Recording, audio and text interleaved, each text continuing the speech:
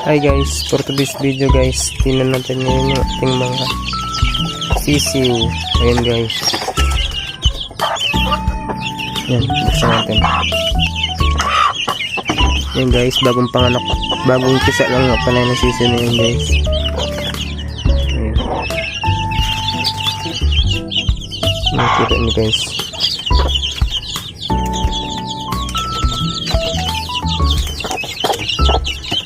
Hindi makita.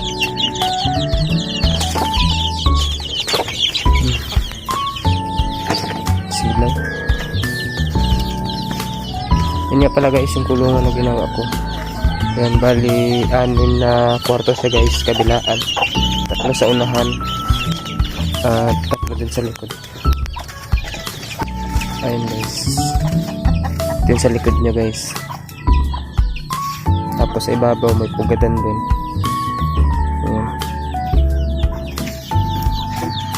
Wala lang mga manok dito sa kabilang pinakawalan na siguro ng nanay.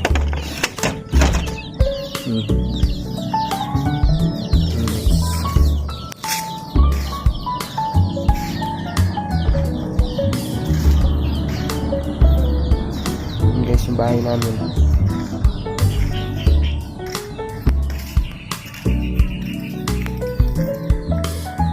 Ako rin nga pala guys gumawa ng papag na ito. Ang papag, ayan. Tambayan namin sa likod. Ayan guys. Ayan po yung bahay namin. Ayan. Tapos itong kulungan guys, ako rin pala gumawa niyan. Yung kulungan ng baboy.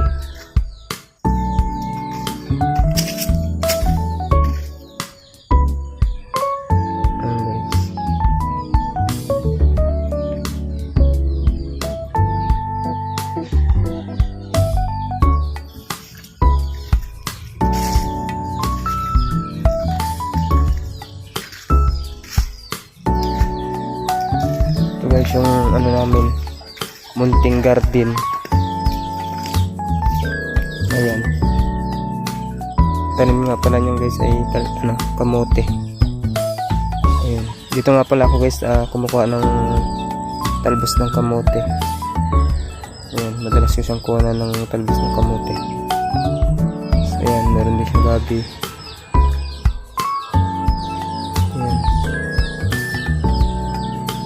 Simpleng buhay lang dito guys sa probinsya. Kung masipag ka lang dito guys, punta ka lang sa dagat, may pangulam ka na. Ayan. Dito rin nga pala ang aming bumba guys. Ayan, dito kami nag-iigib. At marami rin umiigib dito guys. Ayan.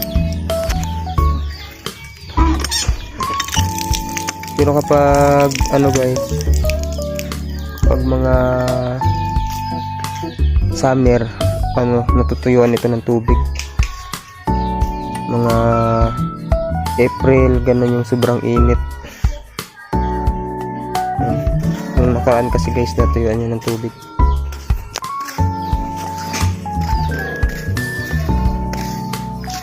Guys, sa likod ng bahay namin.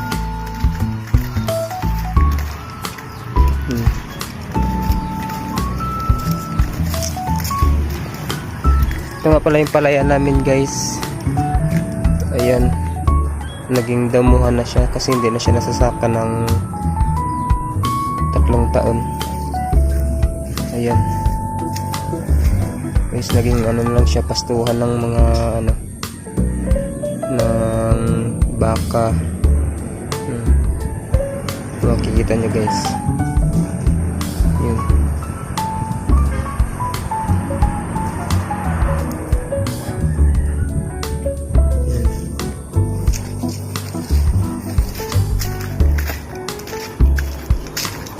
Yung bahay namin guys, simpleng bahay. Dito nga pala guys ako naglalaro minsan. Ayan yung ginawa kong ring.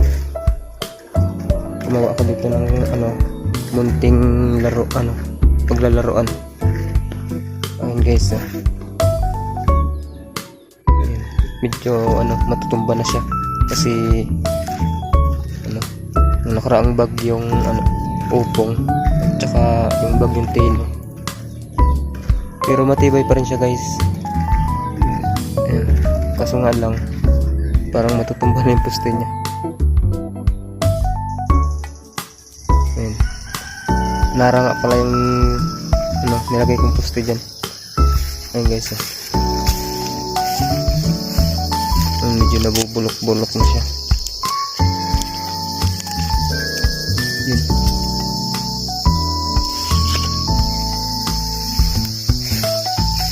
Guys, dito rin nga pala yung taniman namin ng mga guys, mga gulay. Ayun.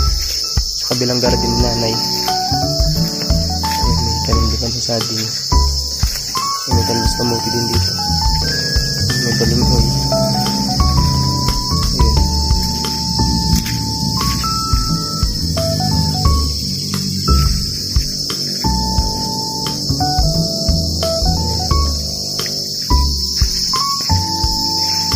Puro na siya guys, damuhan kasi hindi na siya nalilinisan.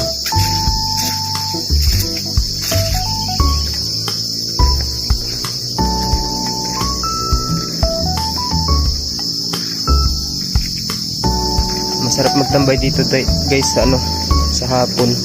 Dati may ko dito guys, papag dyan sa na yan dito, pag ganyan paikot dun sa may 3 puno ng na yan, Indian Mingo. Kaso nga lang sobrang tagal na, ayun, nasira. Umabot din siya guys ng 3 taon bago siya nasira. Ayun guys, ito nga pala kami umaakyat, Indian Mingo. Ayan, dati guys madaming bunga yan. Ayun, wala na.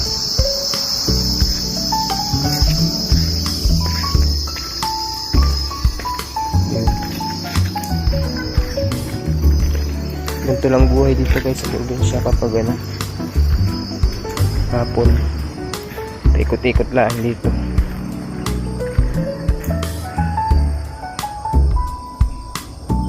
Yan. Medyo malalayo nga pala yung kapitbahay namin dito guys. May kapitbahay kami doon sa harap, yung pinsan namin. Tapos yung the rest wala na. Yung medyo malalayo na sila.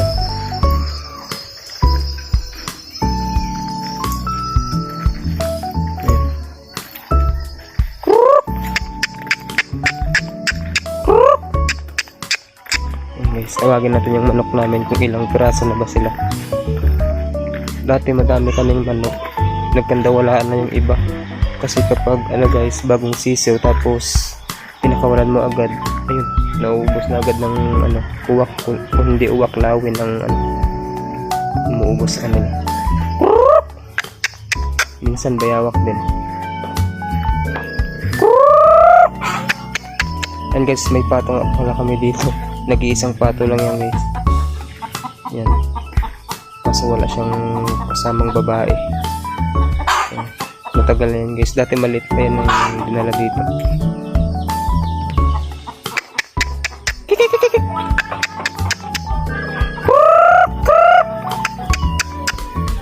Ayun guys, kung nakikita niyo yung puno na yun guys ng nyug. Ayun na. Yan. Diyan ako madalas umakyat guys, kumuha ng buko. Kasi nung naglilihi pa yung misis ko guys, yun lagi ang pinapakit niya sa akin, buko, kapag naglilihi siya. Ayan. Madami siyang bunga.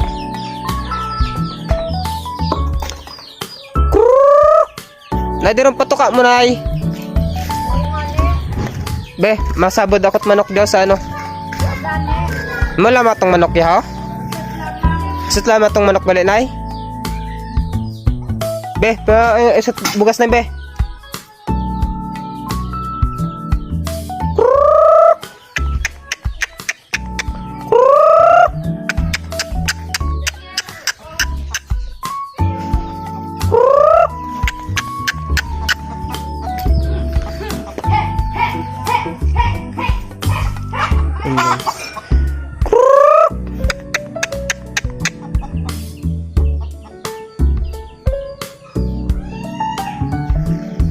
Ito nga pala guys ang ipapakain ko sa manok ngayon.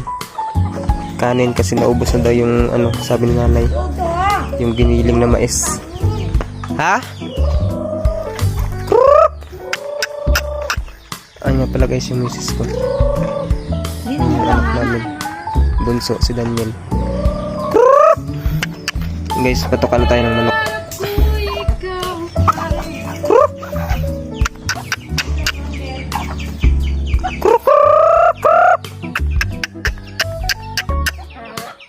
And guys, naglalapitan na sila. Konti pa lang pala sila. Ang dami yung dati.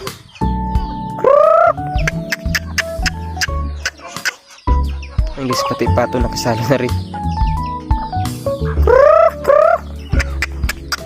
Imo lamang yun, yung manok, Nay?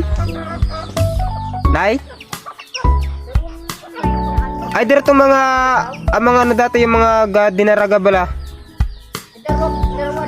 Tapos gabi nata din ron.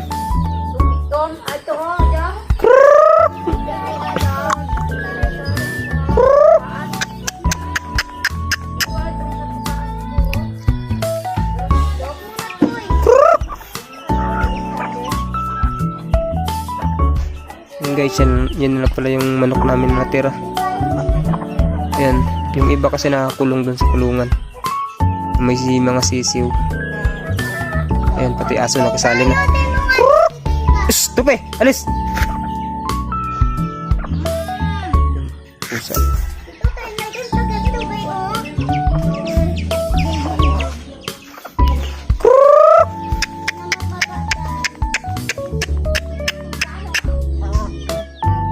Maganda lang guys kapag may alaga kang mga manok, kung halimbawa may mga pangangailangan, pwede mo silang ibenta, ganun, pwede mo silang bawa kapag may mga handaan o may okasyon, may mapagkukunan ka ng panghalo sa pansit, sa mga pang-ulam guys. Yan mga lang sila guys, native na manok. Ayan.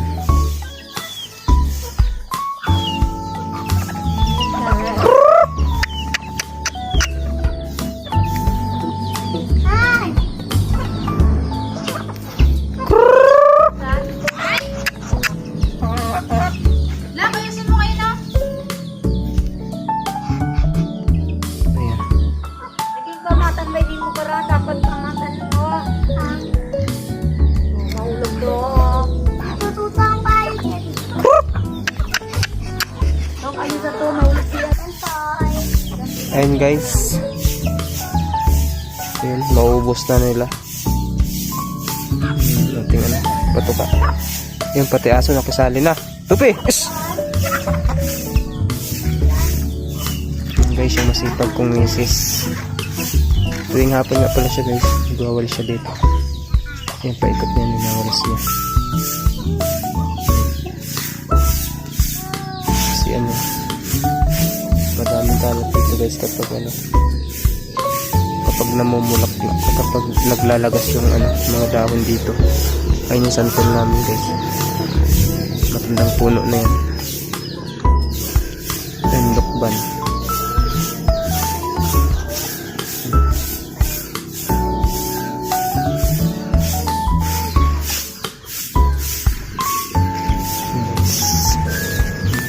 Tayo na siya.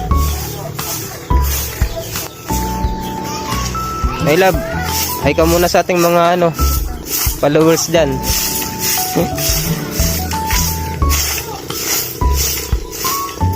Love.